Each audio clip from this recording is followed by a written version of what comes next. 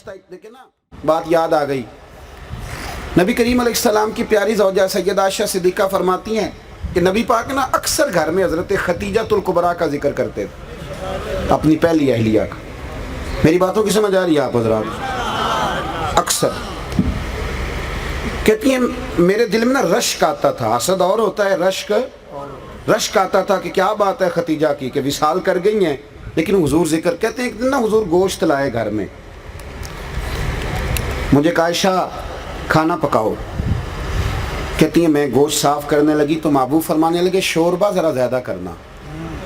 میں نے کہا یا رسول اللہ کچھ مہمان آنے ہیں؟ فرمایا نہیں، مجھے پتہ چلا ہے مدینے میں نا خدیجہ کی کچھ سہیلیاں آئی ہیں، تھوڑا سالن ادھر بھی بھیجنا ہے.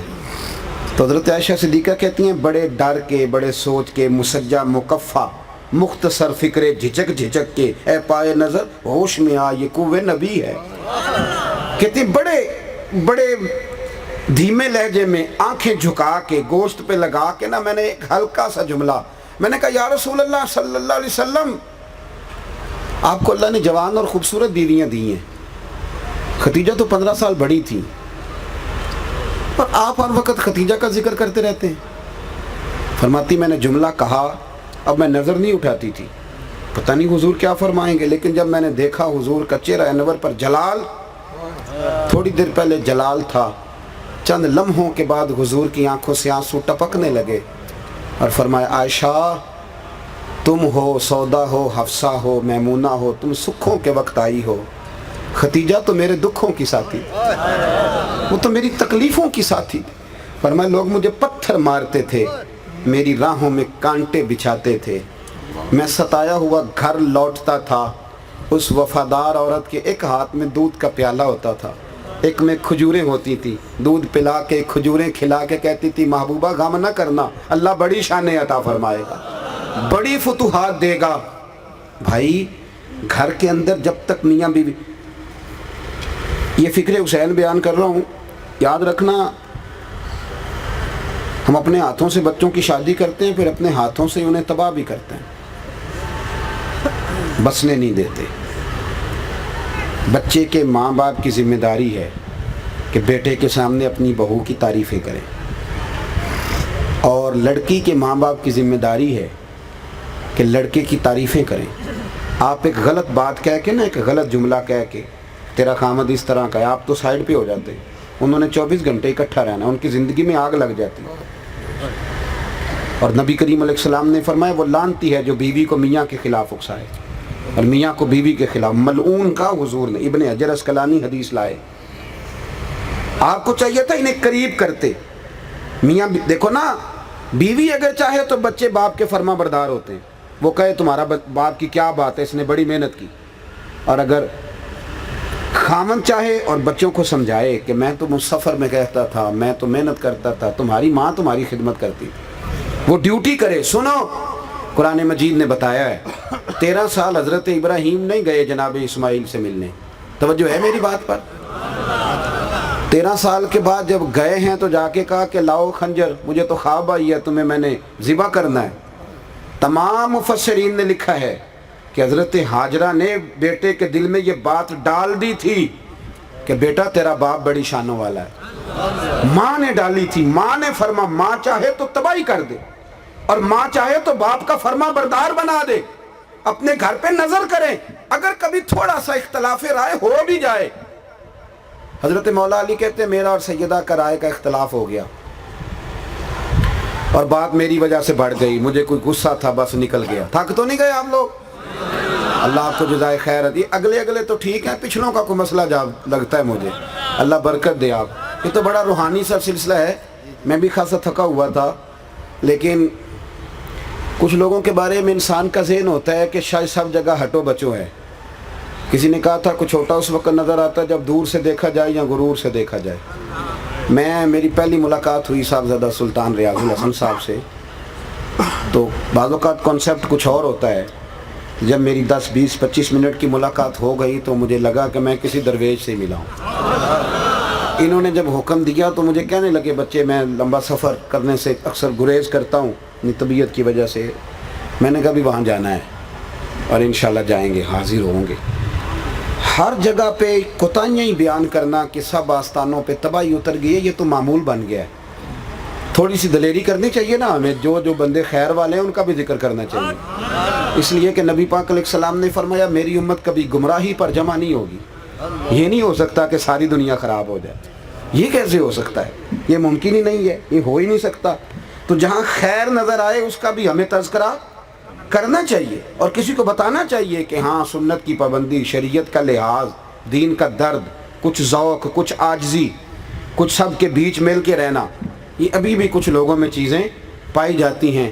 بہرحال کوئی ایسی خوشامد نہیں کرنا چاہ رہا، تو میں ایک دو بات اور آپ کی خدمت میں عرض کرنا چاہ رہا ہوں، ذرا توجہ کرنا۔ مولا علی کہتے ہیں بات ذرا بڑھ گئی، حضور کو پتہ چلا تو نبی کریم تشریف لائے۔ مولا علی کہتے ہیں مجھے پتہ تھا بات میری وجہ سے بڑھی ہے۔ توجہ ہے؟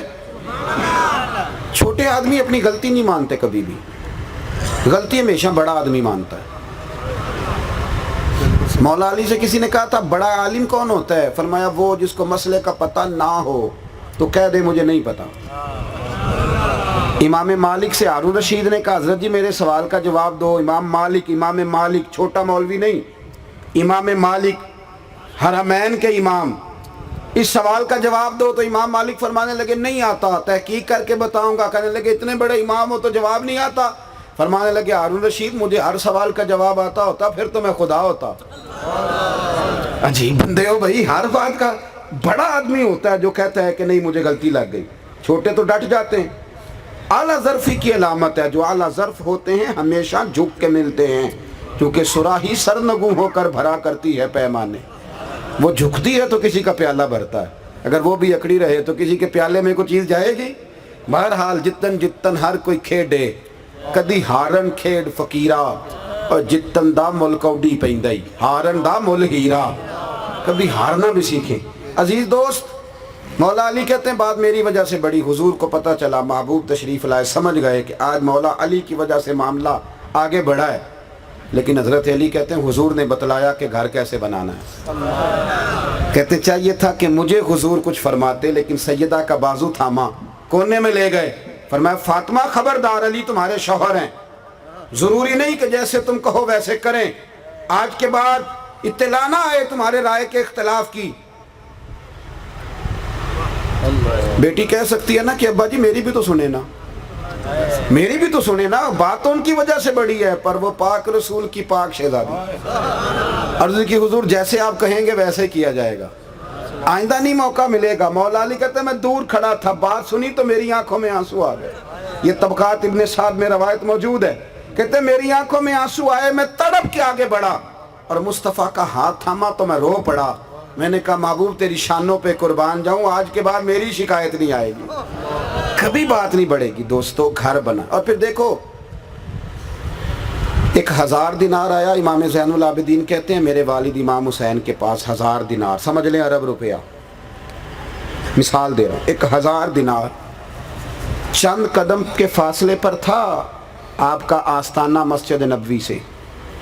امام زین العابدین کہتے ہیں 1000 دینار آئے، پر امام علی مقام مسجد نبوی سے نکلے اور اپنے گھر تک جاتے جاتے 1000 دینار بانٹ دیا۔ کہتے ہیں جب آخری 2 دینار ان کے ہاتھ میں تھے اور وہ فقیر کو تھما رہے تھے تو ان کے بغل سے کپڑے پھٹے ہوئے تھے، تو میں نے عرض کی ابا جی اگر 2 دینار رکھ لیتے تو ایک کرتا نیا لے لیتا۔ تو فرمانے لگے زین العابدین تو پہلے بتا تو میں سوچتا۔ کہنے لگے حضور سمجھ آ گئی، یہ رکھنے آپ نے پھر بھی نہیں تھے، صرف سوچنا ہی تھا۔ آ گئی سمجھ میں بات، رکھنے نہیں تھے، پھر بھی آپ نے 100 نفل پڑھتے تھے امام حسین روزانہ فرض نماز کے علاوہ، 3 دن سے پہلے قرآن پاک ختم فرماتے تھے۔ امام علی مقام بھئی کربلا کی تو جب وقت آئے گا نا سنت ادا کرنی ہے تو یہ تو سنت ادا کرو نا امام حسین کی، یہ بھی سنت۔ البدایہ والنہایہ نے لکھا ہے 9 محرم کی رات ابن سعد نے آ کے کہا حسین یا جنگ کرو یا بیعت کرو، تو امام حسین فرمانے لگے ایک رات کی مہلت دو، وہ چلا گیا۔ حضرت عباس علمدار حاضر خدمت ہوئے، عرض کرنے لگے امام حسین سے کہ حضور مجھے پتا ہے جو اب ہونا ہے وہی سویرے ہونا ہے۔ حضرت جی بیعت تو آپ نے کرنی کوئی نہیں، تو رات کی مہلت آپ نے مانگی ہے، تو یزیدی جانے کیا کیا سوچیں گے، کیا کیا وہ سوچیں گے۔ کہ حسین نے مہلت کیوں مانگی ہے؟ مجھے پتہ ہے بیعت تو آپ نے کرنی کوئی نہیں، ہونی تو جنگ ہے. سمجھ آ رہی ہے نا میری بات کی؟ بیعت تو کرنی نہیں، ہونا تو جنگ ہے. تو حضرت جو صبح ہونا ہے وہ اب ہو جاتا. سنو امام حسین کے جملے تاریخ میں چمکتے ہیں. امام حسین فرمانے لگے عباس تو جانتا ہے نا مجھے سجدوں سے بڑا ہی پیار ہے، تو جانتا ہے مجھے قرآن پاک سے بڑی محبت ہے، تو جانتا ہے دعا اور استغفار سے مجھے بڑی دلچسپی ہے. یہ سجدہ نا آدمی کو جوان رکھتا ہے. جو مصلی سے جڑ جاتا ہے نا اس کے پاس خدائی طاقت ہوتی ہے. خدائی، ان لوگوں کے مصلی آباد ہوتے ہیں، ان کے دل کبھی ویران نہیں ہوتے. یہ جو کہتے ہیں نا سارا کچھ ہے پر میں بور بڑا ہوتا ہوں، اس لیے بور ہوتے ہو کہ روح پیاسی ہے. یہ سجدہ مانگتی ہے، یہ آنسو مانگتی ہے، یہ رونا دھونا مانگتی ہے، یہ تڑپ مانگتی ہے، یہ سوز مانگتی ہے. ابھی ہم صاحبزادہ صاحب نے مہربانی کی تو ہم وہاں گئے تھے حضرت سلطان العارفین کی بارگاہ میں، تو دعا ہو رہی. ایک بچہ مجھے کہنے لگا کہ میں کبھی نہیں رویا، آج رو پڑا ہوں. کیا ماجرا ہے؟ تو میں نے کہا رونے کے بعد بتاؤ کیسا لگا ہے. یہ چھوڑو. کہنے لگے جی عجیب ہی دل ٹھنڈا ہو گیا ہے. میں نے کہا اس لیے کبھی کبھی رویا کر. ہاں عاشق دا کام نہیں رونا تونا، بنا رویوں نہیں منظوری. یہ عاشق سدا ہی روندا رہندا ہے پاویں وصل ہووے تے پاواں دوری، ورنہ تو دل سخت ہو جائے. رویا کرو بھائی. سنو اور یاد رکھنا، حضرت عباس سے امام حسین فرمانے لگے مجھے سجدوں سے پیار ہے، تلاوت سے، استغفار سے محبت ہے. فرمایا میں نے اس لیے ایک رات کی مہلت لی ہے کہ میں کھل کے رب کو سجدہ کر لوں، میں استغفار پڑھوں. ساری رات امام علی مقام کی سجدوں میں گزری. امام حسین بڑے صاف دل کے آدمی تھے. آپ کے ایک چھوٹے بھائی ہیں حضرت محمد بن حنفیہ، فکر حسین بیان کر رہا ہوں، وہ والی جس کی ہمیں ضرورت ہے سادے لوگوں کو. چھوٹے بھائی ہیں حضرت محمد بن حنفیہ. کسی بات میں امام حسین ان سے ناراض ہو گئے. امام حسین اٹھ کے چلے گئے. لوگوں نے حضرت محمد بن حنفیہ جی حضرت علی کی دوسری اہلیہ میں سے ہیں، دوسری زوجہ میں سے. لوگوں نے کہا کہ آپ کے بھائی حسین ناراض ہو گئے، اب کبھی پلٹ کے نہیں آئیں گے. فرمایا بھائی میرا ہے کہ تمہارا؟ کہا آپ کے بھائی ہیں. فرمایا اگر کہو تو حسین ابھی واپس آئے. میں جانتا ہوں 2 منٹ کا غصہ ہے، وہ دل میں کچھ رکھ نہیں سکتے، ان کا دل بڑا صاف ہے. بے شک غلطی میری ہے پر حسین ابھی آئیں. کہا جناب آ جائے تو کمال ہے. حضرت محمد بن حنفیہ نے خط لکھا. کہنے لگے بھائی آپ کے والد بھی مولا علی اور میرے بھی مولا علی، پر میرے نانا کا نام مصطفیٰ تو نہیں نا. حضور آپ بڑے ہیں، میں چھوٹا ہوں، لیکن مہربانی فرمائیں، کرم نوازی کریں. آپ نے نانا مصطفیٰ کریم علیہ السلام کا وہ فرمان تو سنا ہوگا کہ 2 بھائی ناراض ہوں تو صلح کرنے میں پہل کرے جنت میں پہلے جائے گا. تو حضور دل میرا کر رہا تھا میں آؤں، پر اگر میں جنت میں جاتے وقت آپ کے آگے آگے چلا تو آپ کو پوچھت ہوگی، یہ بھی تو بے ادبی ہے نا. اب آپ حکم کر دیں میں آ جاؤں کہ آپ آتے ہیں. امام حسین نے خط پڑھا تو رو پڑے. پھر سر پہ دستار باندھی. بھائی نے کہا کہاں جا رہے ہیں؟ آپ کی مہربانی جی آپ تشریف رکھیں، میں تو دعا لینے آیا ہوں، پیسے لینے تھوڑی آیا ہوں. اللہ آپ کو جزائے خیر عطا فرمائے. کہا جناب آپ کہاں جا رہے ہیں؟ فرمایا بھائی کے پاس. آپ تو ناراض تھے. فرمایا وہ میرا بھائی ہے، ناراضگی 2 منٹ کی تھی، ناراض کیوں رہنا ہے بھائی کے ساتھ؟ فوراً صلح، فوراً.